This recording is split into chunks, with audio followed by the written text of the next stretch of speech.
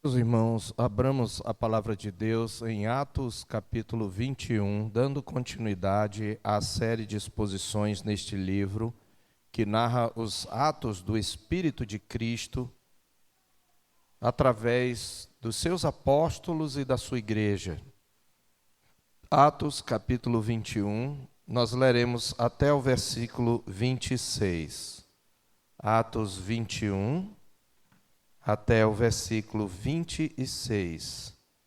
Nós temos aí a narrativa do fim da terceira viagem missionária do apóstolo Paulo. Ele, na verdade, desejará iniciar uma quarta, da qual não temos registro, mas sabemos pelos seus escritos de que era seu objetivo, depois de Jerusalém, encaminhar-se até Roma, e de Roma partir para a Espanha, para novas terras, para alcançar os confins da terra. E aqui o título da nossa mensagem é Seguindo os Passos do Seu Senhor, e nós entenderemos por quê, seguindo os passos do seu Senhor. Diz assim a palavra do Senhor: Depois de nos apartarmos, fizemos-nos a vela, e correndo em direitura chegamos a Cos. No dia seguinte a Rodes e dali a Pátara. Achando um navio que ia para a Fenícia, embarcamos nele, seguindo viagem. Quando Chipre já estava à vista, deixando-a à esquerda, navegamos para a Síria e chegamos a Tiro, pois o navio devia ser descarregado ali. Encontrando os discípulos, permanecemos lá durante 7 dias. E eles, movidos pelo Espírito, recomendavam a Paulo que não fosse a Jerusalém.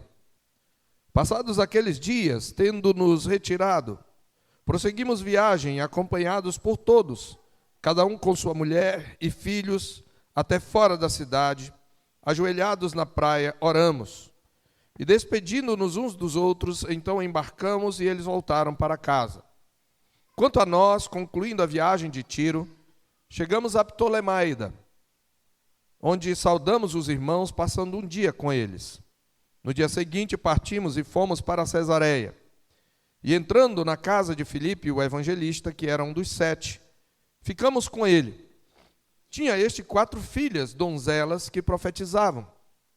Demorando-nos ali alguns dias, desceu da Judéia um profeta chamado Ágabo, e vindo ter conosco, tomando o cinto de Paulo, ligando com ele os próprios pés e mãos, declarou: Isto diz o Espírito Santo.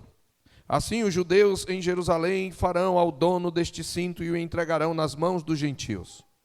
Quando ouvimos estas palavras, tanto nós como os daquele lugar, rogamos a Paulo que não subisse a Jerusalém.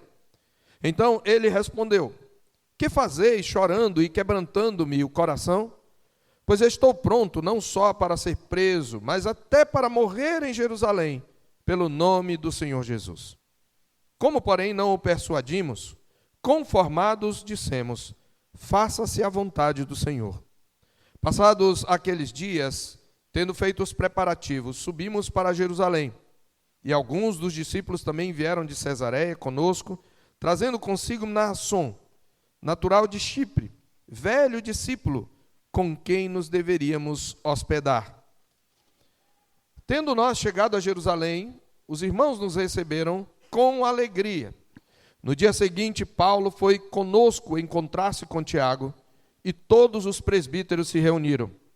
E tendo-o saudado, contou minuciosamente o que Deus fizera entre os gentios por seu ministério. Ouvindo-o, deram eles glória a Deus, e lhe disseram: Bem vês, irmão, quantas dezenas de milhares há entre os judeus que creram, e todos são zelosos da lei. E foram informados a teu respeito, que ensinas todos os judeus entre os gentios a apostatarem de Moisés, dizendo-lhes que não devem circuncidar os filhos, nem andar segundo os costumes da lei. Que se há de fazer, pois? Certamente saberão da tua chegada.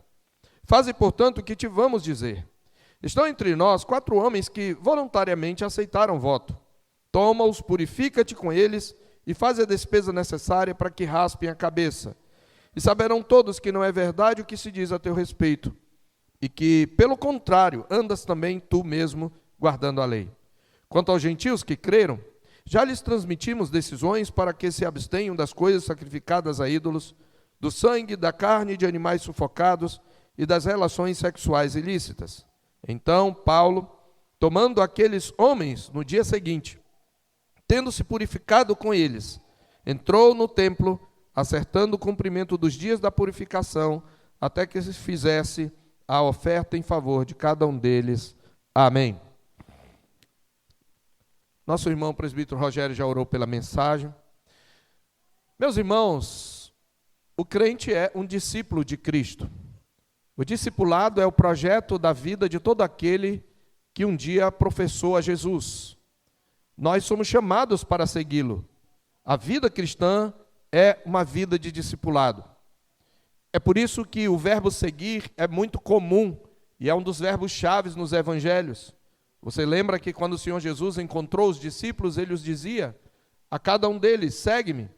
Ele disse a Pedro, Tiago e João, lá em Lucas 5, quando ele multiplica pela primeira vez, quando ele, na verdade, realiza o milagre da pesca maravilhosa pela primeira vez: vinde após mim e eu vos farei pescadores de homens. E em várias situações ele diga: segue-me. Mas o Senhor Jesus diz que segui-lo envolve imitá-lo, envolve trilhar os mesmos caminhos, os mesmos rumos que ele trilha. E Jesus, quando veio a este mundo, ele caminhou em direção à cruz. Ele sabia que para realizar a nossa redenção, ele precisava passar pela cruz. E ele disse nos 3 evangelhos sinóticos que todo aquele que quiser segui-lo tem também que tomar a sua cruz.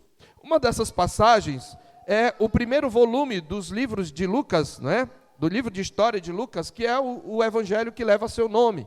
Lembremos-nos que o livro de Atos é o segundo volume de 2, Lucas sendo o primeiro volume. E em Lucas capítulo 9, a partir aqui do versículo 23, após haver pela primeira vez anunciado que ele haveria de morrer, que ele haveria de ser crucificado, e ao terceiro dia ressuscitaria, depois de ter sido repreendido por Pedro, que disse para ele: tem piedade de mim, tem compaixão de ti, isso de modo algum te acontecerá. E depois de ter repreendido a Pedro, dizendo que o que ele havia falado, vinha de Satanás, o Senhor Jesus deixa claro que não só ele teria que morrer, mas que todo aquele que quisesse segui-lo precisava disposto também a morrer, sobretudo a morrer para si mesmo. É nesse sentido que ele fala em Lucas 9, 23 em diante. Dizia a todos: se alguém quer vir após mim, essa é a ação do discípulo, ir após o seu mestre, a si mesmo se negue, tome sua cruz, dia a dia, tome a sua cruz e siga-me. O ato de tomar a cruz não é naquele sentido popular em que a gente toma a palavra. Quando uma criança está nos dando muito trabalho, esse menino é uma cruz que eu carrego, né? O jeito é eu carregar essa cruz, com algum tipo de sofrimento. Não é nesse sentido. Tomar a cruz é dispor-se a morrer para si mesmo, para servir a Cristo e viver para Cristo. Inclusive, morrer literalmente, se necessário for. Jesus está dizendo: eu estou indo para Jerusalém. Eu vou tomar a minha cruz, eu vou morrer pelos pecadores. E quem quiser me seguir tem que estar disposto a negar a si mesmo e tomar a sua cruz. Não é que a nossa morte é substitutiva, vicária, expiatória, como a de Cristo. Mas a ideia é de renúncia, de abrir mão de tudo mais e fazer de Cristo o centro da nossa vida. Então, o discipulado é um caminho rumo à cruz, não há glória sem a cruz. Este é o sentido do discipulado.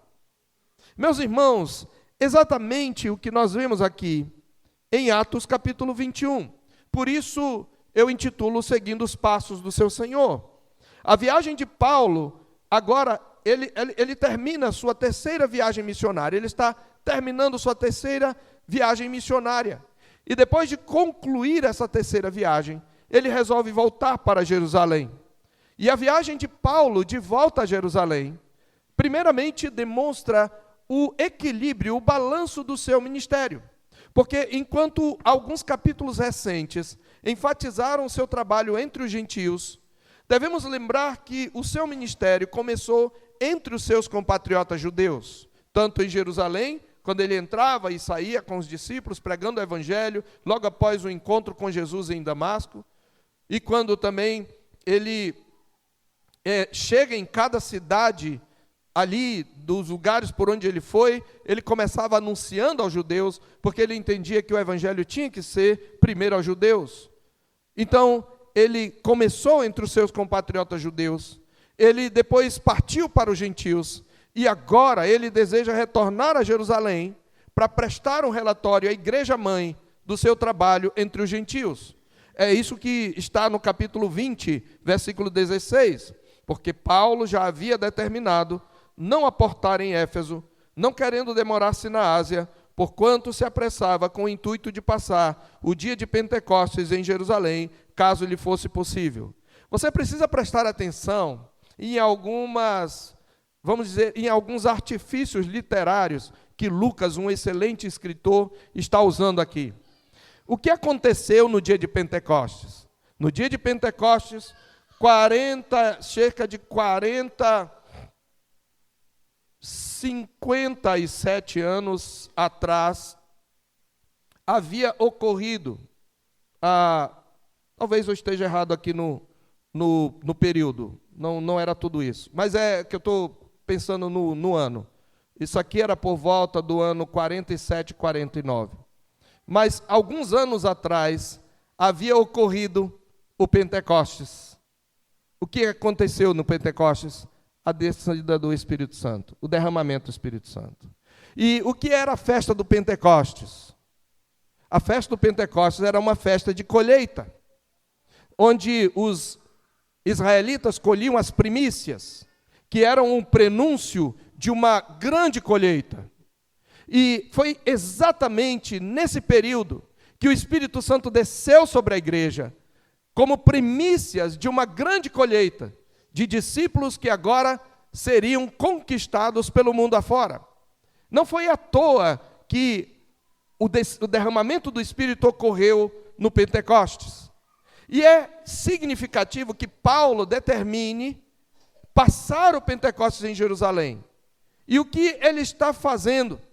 Primeiro, Paulo está voltando para Jerusalém, enviando ofertas das igrejas gentílicas, das igrejas não judaicas, para os pobres de Jerusalém. Ele deixou isso claro em várias passagens. Em Romanos mesmo, que ele escreve no meio dessa viagem, dessa terceira viagem missionária, em algum ponto, no capítulo 15 de Romanos, quando ele fala dos seus propósitos em escrever a epístola, ele diz, no verso 15, no verso 22, esta foi a razão porque também muitas vezes me senti impedido de visitar-vos, mas agora, não tendo já campo de atividade nessas regiões, e desejando há muito visitar-vos, penso em fazê-lo quando em viagem para a Espanha, pois espero que de passagem estarei convosco, e que para lá seja por vós encaminhado, depois de haver primeiro desfrutado um pouco a vossa companhia.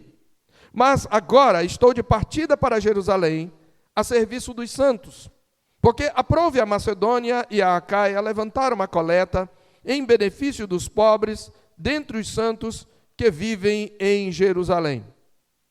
Veja, Paulo escreveu exatamente quando ele estava a caminho ali de Jerusalém, em algum ponto da sua viagem, e ele claramente tinha esse objetivo de pegar ofertas das igrejas gentílicas para os judeus. Mas veja, o propósito de Paulo é mais do que filantrópico, é mais do que atos de misericórdia. Lembremos-nos que ele levava essa oferta do gentio aos judeus pobres de Jerusalém, mas há também uma motivação teológica. Paulo quer cumprir o propósito de unir judeus e gentios em sua fé em Cristo. Paulo tinha esse propósito de mostrar que a igreja não era composta apenas por pessoas nascidas em Israel ou por judeus de sangue, que a igreja agora era uma igreja de todas as nações, que os gentios também são coparticipantes, membros da mesma promessa, herdeiros da mesma promessa, feita a Abraão. E Paulo, para unir judeus e gentios, ele traz uma oferta, uma ajuda dos gentios para os pobres de Jerusalém. E com isso ele sela essa unidade entre judeus e gentios no mesmo corpo. Isso fica muito claro em várias epístolas de Paulo, e se você entender isso, você já terá entendido muita coisa, mesmo que você não capte os outros princípios que eu estou trazendo. Lá em Efésios capítulo 3, Paulo demonstra esta compreensão. No capítulo 3, ele está preso, provavelmente em Cesareia. E isso foi depois do que aconteceu em Atos. No capítulo 3 ele diz: por esta causa eu, Paulo, sou prisioneiro de Cristo Jesus, por amor de vós, gentios. Veja, Paulo vai ser preso em Jerusalém.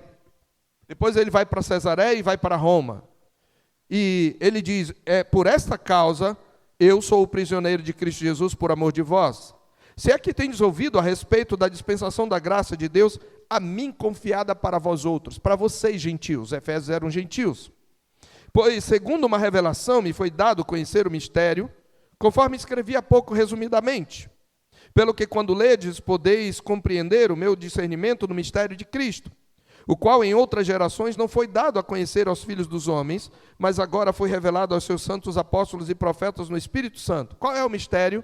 E no verso 6 ele explica: a saber, que os gentios são co-herdeiros, membros do mesmo corpo, e co-participantes da promessa em Cristo Jesus, por meio do Evangelho, do qual fui constituído ministro, conforme o dom da graça de Deus a mim concedida, a força operante do seu poder. Então, os gentios são co-herdeiros, membros do mesmo corpo, eles são um só com a comunidade de Israel. Então, observe que tudo que Paulo fazia tinha um propósito, e era guiado por motivações teológicas, não apenas motivações práticas. Tudo é intensamente prático. Ele vai ajudar os pobres, mas não é apenas uma questão de ação social. Até nós preferimos usar o termo atos de misericórdia. É uma questão de cumprir o propósito de unir judeus e gentios. Recebendo a oferta, é como se os gentios estivessem agradecendo aos judeus, porque eles são os primeiros herdeiros da promessa. Foi deles que veio, que partiu o Evangelho, deles descende o Cristo.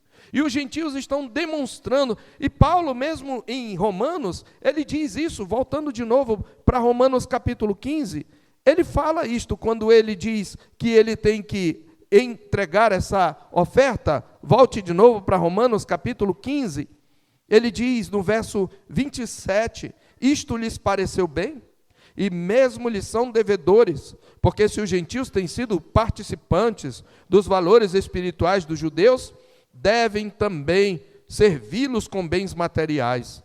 Tendo, pois, concluído isto, e havendo-lhes consignado este fruto, passando por vós, irei à Espanha. O que é consignar o fruto? É o fruto da conversão dos gentios. Há um fruto aqui claramente demonstrado. O fruto da conversão deles é sua oferta. Aqui já é uma primeira lição para nós, queridos. Aquilo que nós ofertamos e devolvemos a Deus é um ato de culto. E é uma forma de demonstrar nossa consagração a Deus. É uma forma de mostrar como o Evangelho chegou até nós. Não é à toa que muitos pregadores dizem que a última coisa a se converter na vida do crente é o bolso. Tem muito crente que se converte ao Evangelho, mas não ajuda no sustento da sua igreja, não devolve os seus dízimos e ofertas. Veja que aqui a oferta é de fato um ato de gratidão. Um bem material é devolvido para agradecer um bem espiritual recebido. E isto mostra aqui uma teologia da contribuição na igreja. Mas prosseguindo, essa motivação teológica é fundamental no texto. Paulo quer unir gentios e judeus na fé em Cristo. E para isso, observe, seguindo os passos do seu Senhor, Paulo está disposto até a morrer.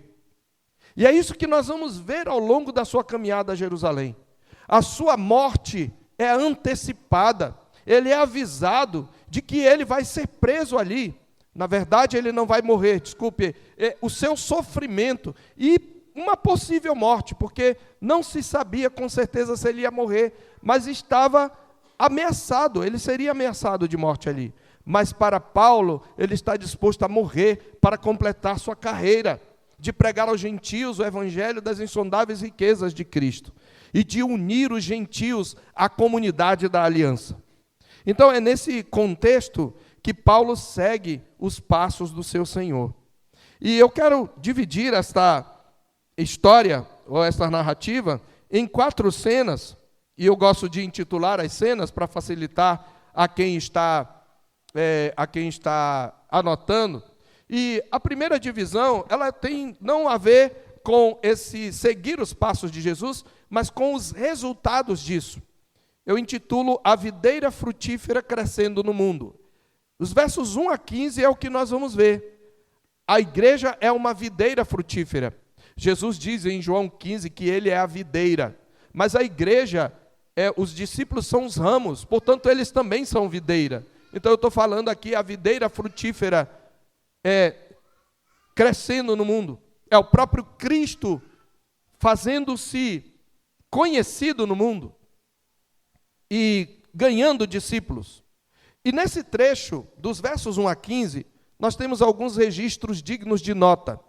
Enquanto a videira frutífera cresce no mundo, eu quero destacar aqui dentro desse primeiro ponto 3 registros de Lucas que são muito importantes para nos ensinar algumas lições. Primeiro, nós devemos notar nesses versículos 1 a 15, um registro preciso em forma de um diário de viagem. Um registro preciso em forma de um diário de viagem. E esse registro preciso, ele testemunha o caráter confiável da narrativa como um documento do primeiro século. A confiabilidade nesse registro, porque Lucas ele detalha a viagem. Observe, depois de nos apartarmos, ele até usa a linguagem de navegação, fizemos-nos a vela e correndo em direitura, chegamos a Cós, um porto. No dia seguinte, a Rhodes, e dali a Pátara. Nós não temos aqui um mapa, mas Paulo está em Mileto, vamos colocar Mileto nessa altura, e ele vai descer a portos bem próximos de Mileto. Então ele desce a Cós, ou a Cós, depois a Rhodes, e depois a Pátara. E de Pátara, em vez dele continuar costeando, ele quer fazer uma viagem mais ou menos no movimento diagonal pelo Mediterrâneo, cortando o caminho por onde ele iria mais rápido pelo mar, e ele chegar até o norte ali, noroeste de Israel, precisamente em Tiro e Cesareia. No caminho ele vai encontrar Chipre, por isso ele diz que ele vai navegar e deixa Chipre à esquerda, ele não para em Chipre. Então observe que há um registro preciso aqui. Ele chega a Cós, depois a Rhodes, a Pátara, depois ali em Pátara, ele diz que acharam um navio que ia para a Fenícia, com certeza um cargueiro, porque quando ele chega em Tiro, que é uma cidade, as principais cidades da Fenícia, ao lado de Sidom, o navio vai desembarcar. Então é um navio enorme, com aproximadamente 300 metros de comprimento, porque era um cargueiro e também levava passageiros. Numa viagem onde Paulo sofrerá naufrágio, mais à frente, haverá 276 passageiros num navio desse tipo. E eram muito comuns esses navios aí que vão aí da Fenícia depois para Tiro, ou o navio de Pátara para a Fenícia. Então, esse registro, meus queridos, ele acrescenta confiabilidade, testemunha o caráter confiável da narrativa. E por que isso é importante? Lucas é um historiador, e ele narra milagres. E durante muitos anos, e ainda hoje, existem estudiosos que são ímpios, que são incrédulos, que tentam desacreditar as narrativas bíblicas. Algumas pessoas negavam a historicidade de Lucas, daquilo que, na verdade, Lucas escreve, e havia mesmo, há entre os estudiosos, ou havia, na verdade não há mais, mas houve entre os estudiosos quem dissesse que, na verdade, o escrito de Atos, ele é um escrito do século II e não do século I, não de uma testemunha ocular, mas é um escrito do século II que é escrito para tentar conciliar Pedro e Paulo, porque, na verdade, Pedro e Paulo, eles eram meio que adversários teológicos, porque Pedro enfatizava as obras da lei, ou especialmente o ministério aos gentios, e Paulo enfatizava o ministério aos judeus, e Paulo enfatizava o ministério aos gentios, e eles eram meio que assim brigados, e Lucas teria escrito uma espécie de ficção para dizer que Pedro e Paulo estavam juntos. Mas já foi provado, e até mesmo nenhum teólogo liberal hoje diria que o livro de Lucas é escrito por um autor do segundo século, mas que ele é do primeiro século. Um desses estudiosos mesmo, Sir William Ramsay, ele era um cético e ele fez uma pesquisa destinada a provar que Lucas não era uma pessoa do século I, e no final, como ele era um estudioso honesto, ele teve que concordar que de fato é um livro fidedigno. Então, esse registro é muito importante e nós devemos entender que a palavra de Deus é uma palavra confiável. O segundo aspecto aqui é que Lucas também registra encontros calorosos com discípulos de cidades, onde Paulo não plantara igrejas. E o registro desses encontros calorosos testemunha, meus irmãos, os ternos afetos de misericórdia que envolviam os cristãos. Esse é o segundo subponto aqui. A videira frutífera cresce no mundo, sendo conduzida na história, numa história verdadeira, e ela cresce no mundo manifestando os ternos afetos de Cristo no cuidado mútuo.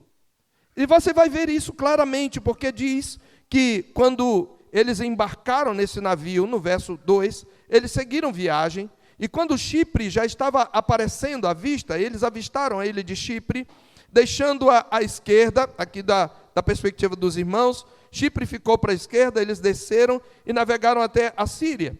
E chegaram então a Tiro, onde o navio foi descarregado. E diz o verso 4, que encontrando os discípulos, eles permaneceram lá durante uma semana. E esses discípulos, movidos pelo Espírito Santo, recomendavam a Paulo que não fosse a Jerusalém. Então, eles são movidos pelo Espírito Santo, de alguma maneira que não é explicada nesse texto. O Espírito Santo incomodou o coração dos discípulos, que não eram filhos de Paulo na fé, na verdade. Possivelmente eles ouviram falar de Paulo, mas eles não eram filhos de Paulo na fé, porque o evangelho chegou a Tiro antes mesmo, possivelmente, da conversão de Paulo.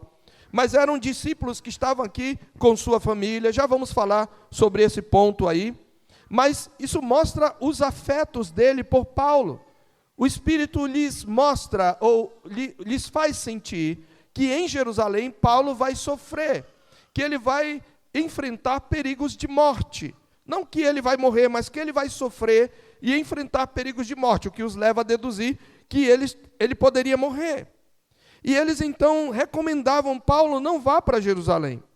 E aí eles passam aqueles dias e eles se retiram. Eles prosseguem viagem e acompanhados, veja a relação pessoal calorosa que eles têm, tendo-nos retirado. No verso 4, encontrando os discípulos, permanecemos lá durante 7 dias. Eles recomendavam, movidos pelo Espírito Santo, a Paulo que não fosse a Jerusalém. E passados aqueles dias, tendo-nos retirado, prosseguimos viagem. Observe que Lucas está usando a primeira pessoa do plural, ou seja, ele estava na equipe missionária, acompanhados por todos. Olha essa imagem belíssima, cada um com sua mulher e filhos.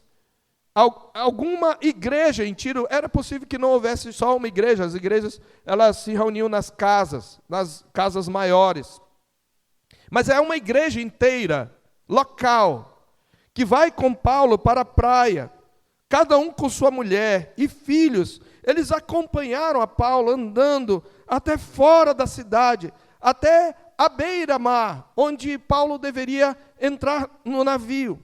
E diz que, ajoelhados na praia, oramos, e despedindo-nos uns dos outros, então embarcamos e eles voltaram para casa. Há aqui uma relação profunda de comunhão entre Paulo e esses discípulos, que possivelmente ele estava conhecendo naquele momento, naqueles 7 dias, que ele não tinha propriamente conquistado para Cristo. Ele também encontra lá em Tiro, no verso 7, depois de sair de Tiro, ele chega a Ptolemaida, e diz que eles saúdam os irmãos e passam um dia com os irmãos também, recreando-se com os irmãos. Ele fica, inclusive, hospedado na casa de Filipe, que Lucas diz, no verso 8, que era um dos 7. Você lembra? Os 7 diáconos de Atos 6. Filipe está morando em Tiro. Nós vamos voltar ainda, nós vamos retomar essa narrativa, passando e repassando, porque há muitas lições a aprendermos. E diz a palavra de Deus que um profeta chamado Ágabo, vindo ter com eles, Ágabo já tinha aparecido em Atos 11, 28, profetizando acerca de uma fome que havia em Jerusalém. E esse mesmo Ágabo, ele faz igual os profetas do Velho Testamento, né, que muitas vezes dramatizavam suas profecias. Ele toma um cinto de Paulo, ata com eles os pés e as mãos, e disse: isto diz o Espírito Santo, assim os judeus em Jerusalém farão ao dono deste cinto e entregarão nas mãos dos gentios. E quando ouvimos estas palavras, observe que Lucas se inclui, tanto nós como os daquele lugar, rogamos a Paulo que não subisse a Jerusalém. Então tudo isso, esses encontros são intensos na sua característica, na sua perspectiva emocional. Eles são cheios de ternos afetos, incluindo a aflição de saber que Paulo iria sofrer, e isto é um exemplo para nós, porque a união com Cristo, meus irmãos, nos liga com laços que ultrapassam barreiras geográficas, culturais e linguísticas, quanto mais barreiras de personalidades. Essa videira frutífera chamada igreja, quando ela mais cresce, não é só quando ela cresce em número, mas quando ela cresce nos afetos, quando ela cresce no carinho, quando ela cresce no cuidado uns pelos outros. E é o que nós estamos vendo. Paulo passando por cidades onde ele não havia plantado igrejas. Ele não plantou igrejas em nenhuma dessas cidades, e nem em Cós, nem em Rhodes, e principalmente onde ele para e encontra discípulos, nem em Tiro, nem em Ptolemaida, nem ali quando ele chega na cidade de Cesareia, ele encontra igrejas que ele não conhecia, mas por causa da união com Cristo, eles o recebem com alegria. E até mesmo em Jerusalém, ele vai ser recebido calorosamente. Então, o registro de encontros calorosos testemunha os ternos afetos de misericórdia, que devem caracterizar a relação entre os cristãos. Mas ainda, essa videira frutífera, ela vai mostrar a frutificação, ela vai se manifestar na frutificação do Evangelho em diversas regiões do mundo. O registro de Lucas também testemunha a frutificação do Evangelho em diversas regiões do mundo. Inclusive, como eu falei, onde Paulo não havia trabalhado, mas onde possivelmente pastores e missionários, por ele treinados em Éfeso, haviam plantado igrejas. Lucas menciona pelo menos 4 cidades, e de novo vamos repassar o texto. 4 cidades onde discípulos são encontrados. A primeira cidade mencionada é Tiro, você vai ver isso aí no verso 3. No 4º ou 5º dia de viagem, mais ou menos, eles alcançam a cidade de Tiro. E Tiro, nós devemos lembrar que Tiro é mencionada por Lucas em Atos 11 e 19. Não a cidade de Tiro, mas a região a qual essa cidade pertencia, que é a Fenícia. Então, Tiro foi uma cidade que fora alcançada pelo Evangelho logo na primeira dispersão da igreja, com a perseguição liderada pelo próprio Paulo. Quando Paulo perseguiu a igreja se espalhou por toda a Judéia e Samaria, e está escrito lá em Atos, capítulo 11, se você quiser abrir, no versículo 19, que os que foram dispersos por causa da tribulação que sobreveio a Estevão, se espalharam até a Fenícia, Chipre e Antioquia, não anunciando a ninguém a palavra, senão somente aos judeus. Alguns deles, porém, que eram de Chipre e de Cirene, e que foram até Antioquia, falavam também aos gregos, anunciando-lhes o evangelho do Senhor Jesus. Então, eles chegaram até a Fenícia. Tiro era uma cidade da Fenícia. E ali Paulo encontra, olha que ironia maravilhosa do Senhor. Paulo foi o líder de uma perseguição, da primeira grande perseguição desencadeada contra a igreja. E por causa dessa perseguição, os crentes fugiram de Jerusalém. E alguns deles chegaram até Tiro e pregaram o evangelho. E agora, vários anos depois, agora Paulo está voltando e ele encontra em Tiro os frutos do evangelho pregado por causa da perseguição que ele, quando era inimigo de Cristo, havia desencadeado. Então você vai ver essa frutificação do evangelho, nada impede o avanço do evangelho de Cristo. E observe então que em Tiro, famílias inteiras se encontram com Paulo e sua equipe missionária. A segunda cidade, dentro dessa frutificação do evangelho, em diversas regiões, é a cidade de Ptolemaida, no verso 7, onde eles passam apenas um dia. Essa cidade foi uma cidade fundada pelos fenícios, e ela foi conquistada posteriormente pela dinastia dos Ptolomeus, herdeiros do reino de Alexandre, que atuavam e tentavam dominar e disputavam com os Seleucidas no período interbíblico aquela região da Palestina. É por isso que o nome da cidade é Ptolemaida. Era um importante centro comercial e portuário na costa do Mediterrâneo, na região da Galileia. E ali Paulo encontra discípulos. O evangelho também tinha frutificado em Cesareia. Ele então chega, depois de estar lá, a Cesareia. Ele diz que no dia seguinte, verso 8, partimos e fomos para Cesareia. E entrando na casa de Filipe, o evangelista, que era um dos 7, ficamos com ele. E ele aqui diz que ele tinha 4 filhas donzelas que profetizavam.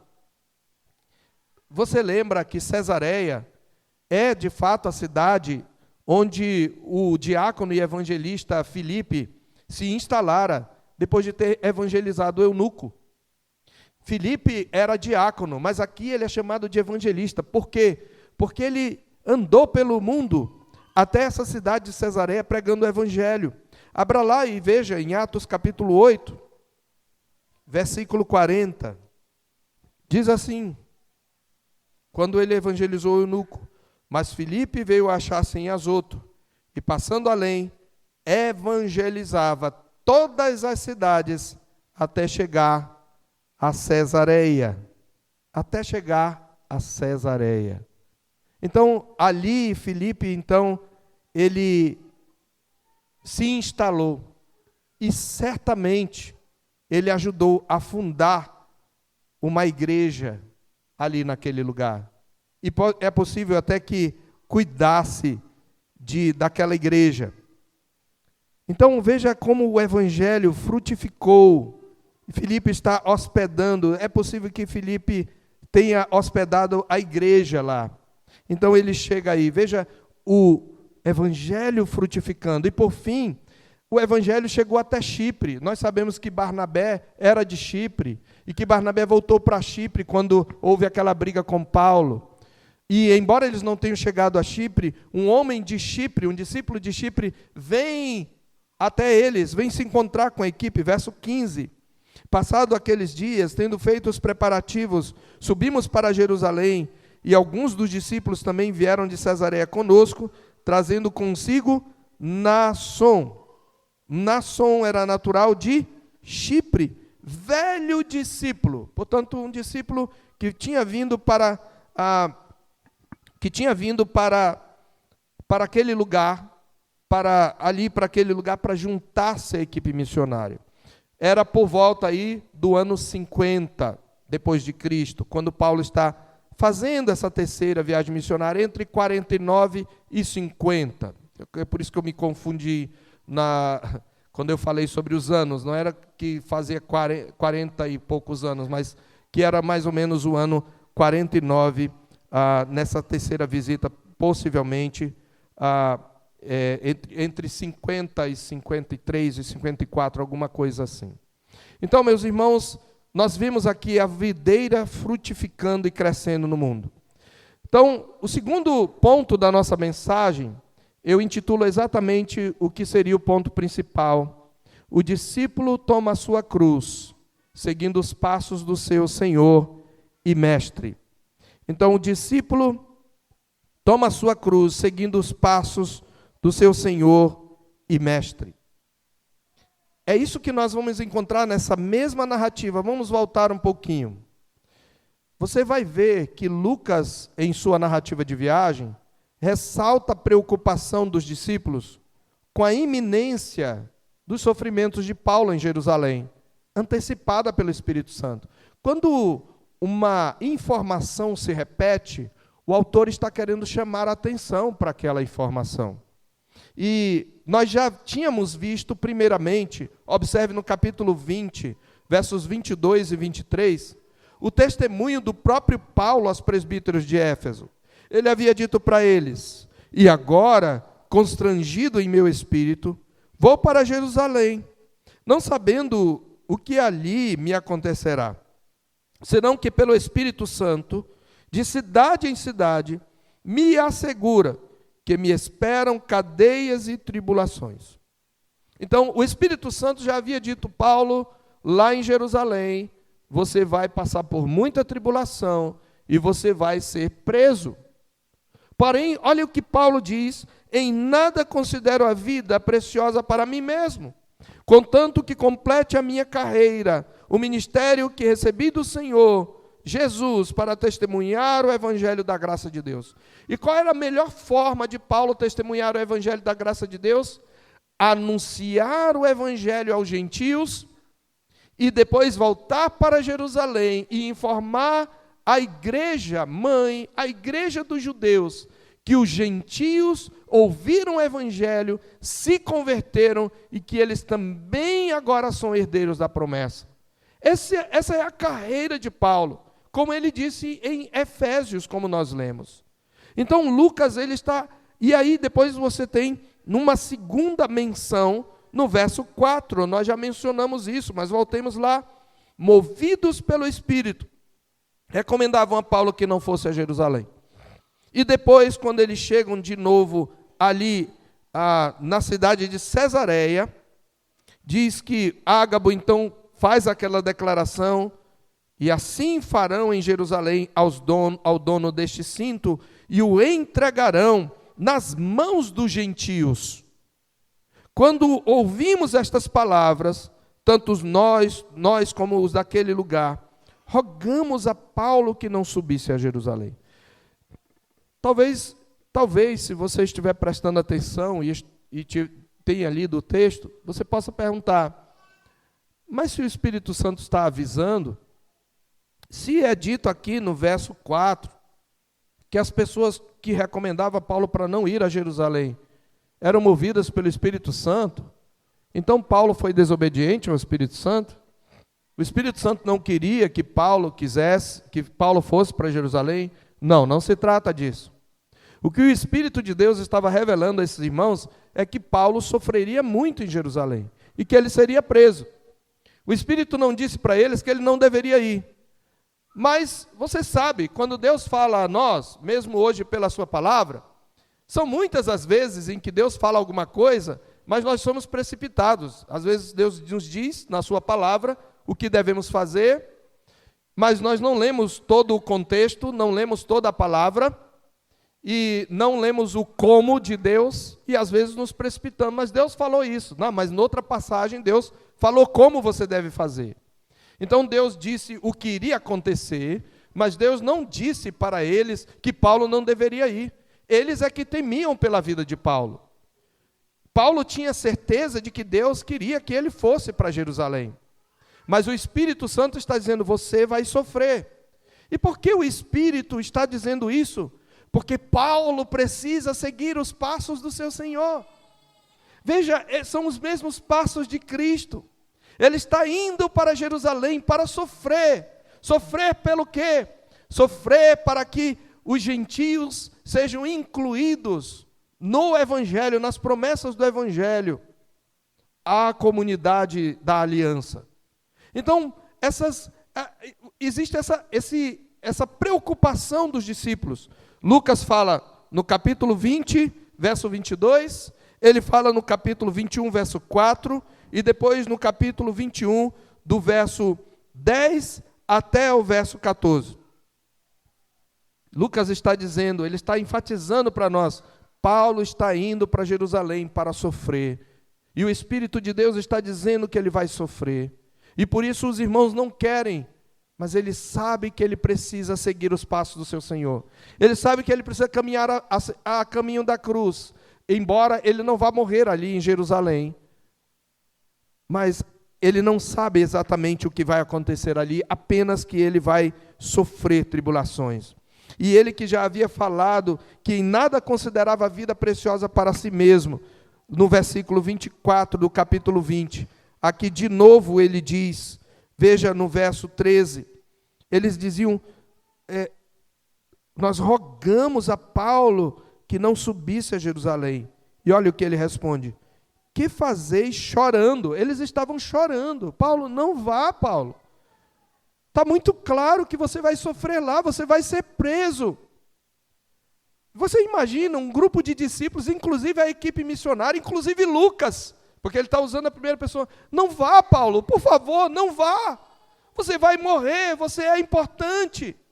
Você vai ser preso, como você vai pregar o evangelho? Por favor, Paulo, não vá, não vá. E Paulo estava com o coração quebrantado. As tensões estão crescendo. Ele está comovido pelo amor dos seus irmãos.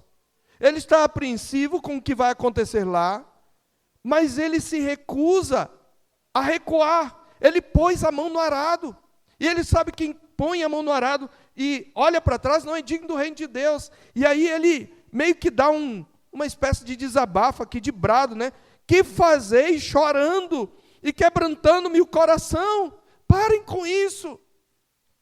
Eu estou pronto, não só para ser preso, mas até para morrer em Jerusalém, pelo nome do Senhor Jesus. Eu estou determinado. O meu coração está apertado, eu estou apreensivo, estou condoído de vocês, mas eu já decidi, eu vou seguir a Cristo até o fim. Eu vou trilhar o caminho, eu vou tomar a minha cruz. Ele está seguindo os passos do seu Senhor. E é isto, meus irmãos, que nós devemos fazer. Seguir a Jesus envolve renúncia. Seguir a Jesus envolve morrer para si mesmo, para os seus planos, para os seus projetos, abrir mão do seu conforto e fazer o que Jesus ordena. Agora, mais uma vez, ou melhor, duas, temos a igreja antecipando pelo Espírito Santo as cadeias e tribulações que aguardavam o apóstolo Paulo naquela cidade. Mas Paulo, seguindo os passos do seu Senhor, estava pronto para, se assim o quisesse, morrer em Jerusalém. É interessante que o próprio Lucas, quando narra o ministério de Jesus, no capítulo 9, verso 51 do seu evangelho, evangelho de Lucas, 9:51,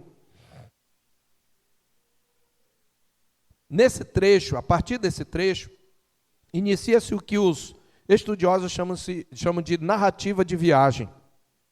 A partir do capítulo 9, 51 ali, por volta do 19, Jesus a partir dali vai caminhar e seguir para Jerusalém.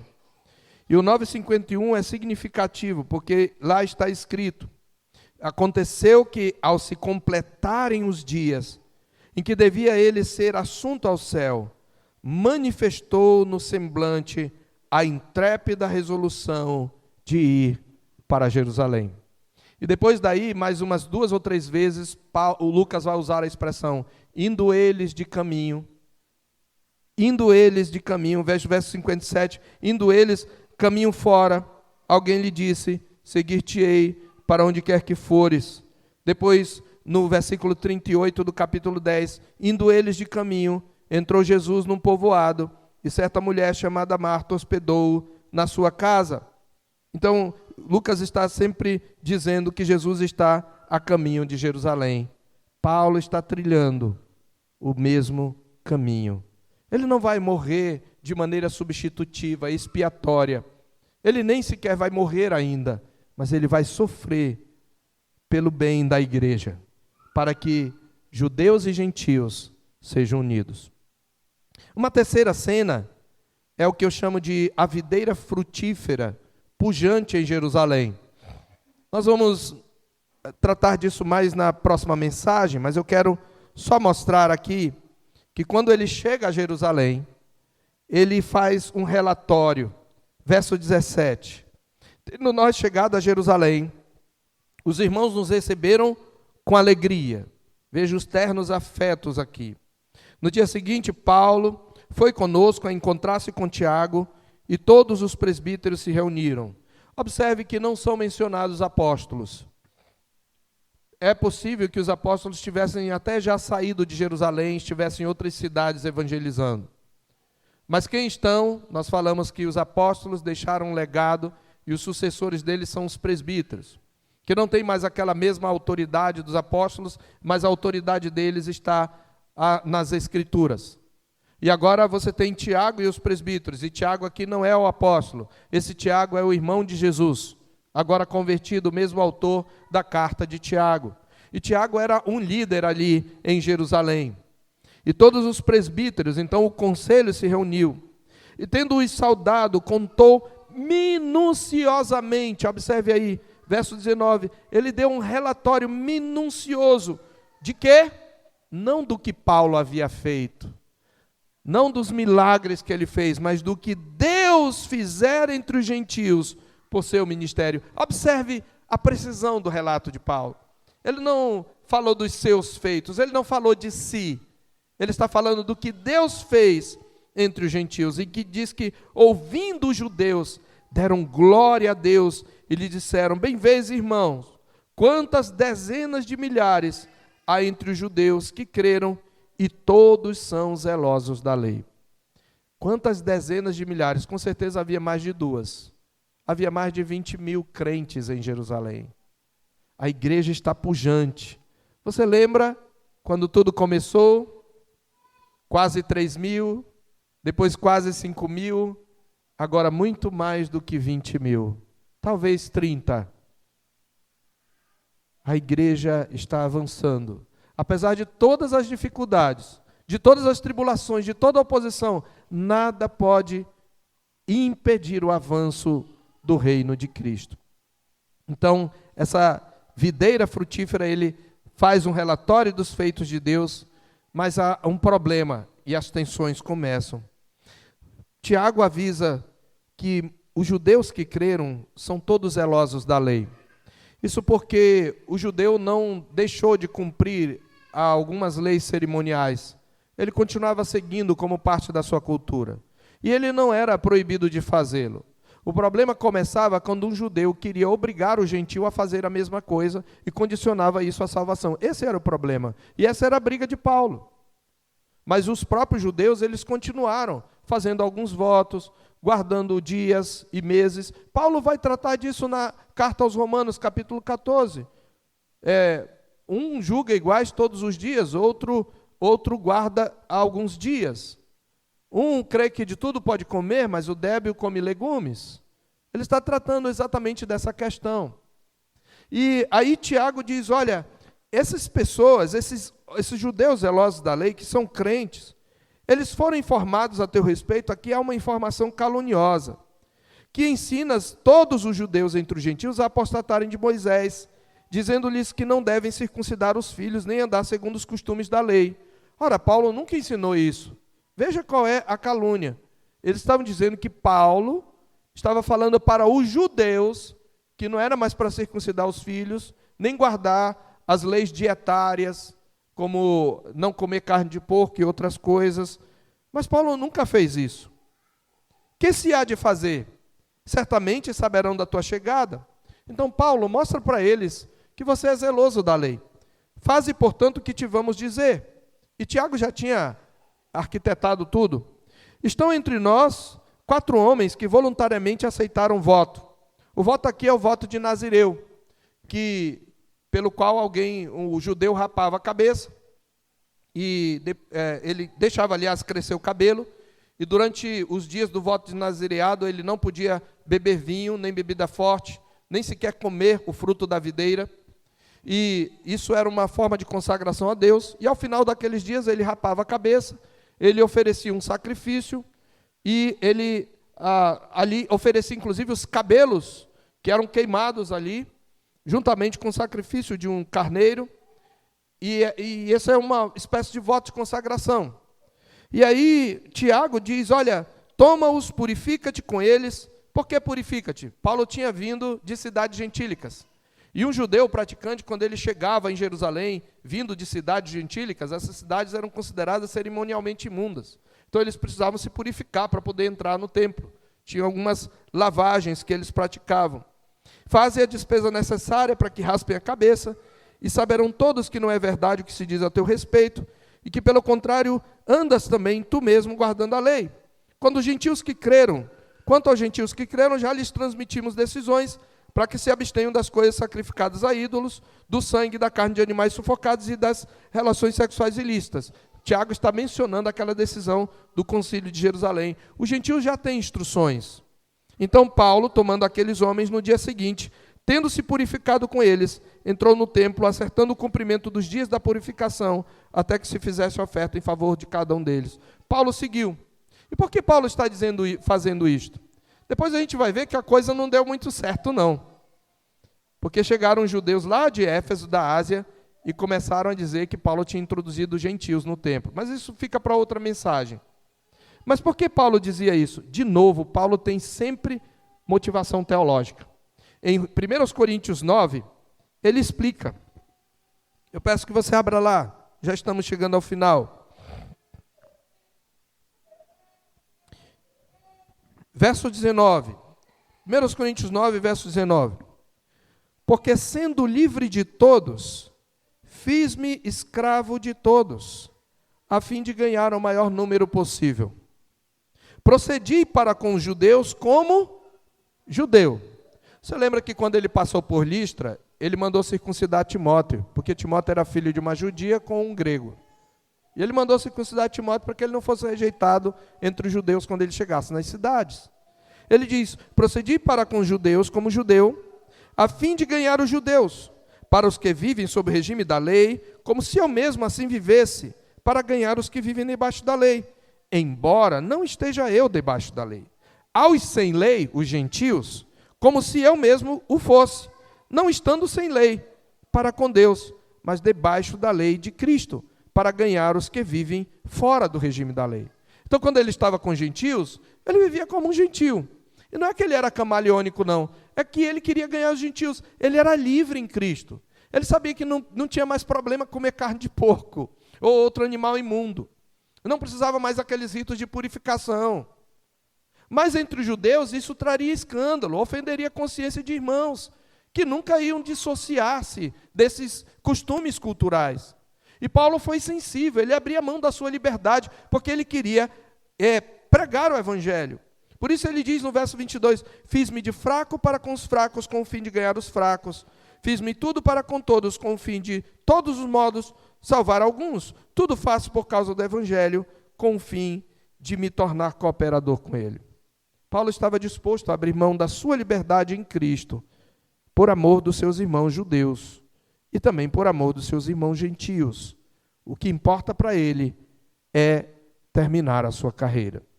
Então, essa quarta e última cena, eu intitulo Fazendo-se de tudo para com todos, baseado em 1 Coríntios 9, fazendo-se de tudo para com todos. Irmãos, eu concluo apenas lembrando, quem é discípulo de Cristo precisa imitar o Senhor. E imitá-lo significa, queridos, caminhar rumo à cruz. Significa morrer para si mesmo. E ele morreu por todos para que os que vivem não vivam mais para si mesmos, mas para aqueles que por eles morreu e ressuscitou. E nós precisamos estar dispostos a sofrer pela salvação de vidas e pela unidade da igreja. Veja, Paulo está nada mais fazendo do que imitando a Cristo. Na verdade, Paulo é uma pálida imitação de Cristo, porque do mesmo jeito Cristo morreu para que a igreja fosse una. A palavra de Deus fala lá em Efésios capítulo 2, no mesmo texto em que Paulo fala que os gentios são co-herdeiros, no capítulo 2, ele mostra que, no verso 13, mas agora em Cristo Jesus, vós que estáveis longe, fostes aproximados pelo sangue de Cristo, porque Ele é a nossa paz, o qual de ambos fez um, e tendo derribado a parede da separação que estava no meio, a inimizade, aboliu na sua carne a lei dos mandamentos, na forma de ordenanças, olha o propósito, para que dos dois, judeus e gentios, criassem em si mesmo um novo homem, fazendo a paz, e reconciliasse ambos, judeus e gentios, em um só corpo com Deus, por intermédio da cruz, destruindo por ela a inimizade, e vindo evangelizou paz a vós outros que estáveis longe, e paz também aos que estavam perto, porque por ele, ambos, judeus e gentios, temos acesso ao Pai em um Espírito.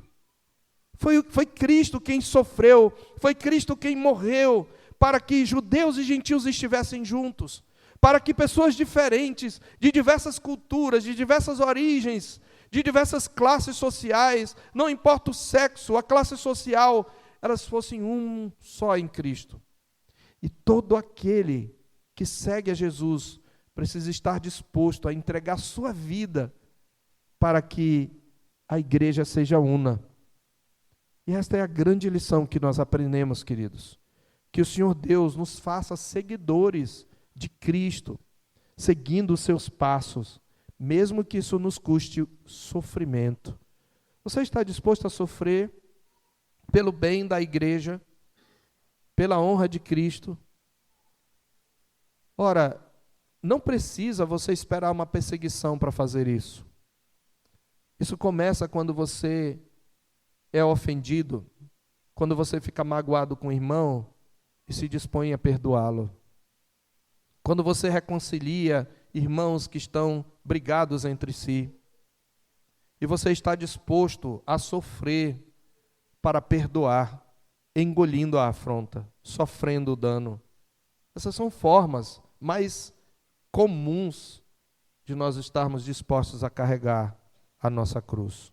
Que o Senhor Deus nos dê essa graça, queridos, de seguir a Cristo, onde quer que nós formos, e estarmos dispostos até mesmo a morrer por causa dele, pois ele morreu pelos nossos pecados.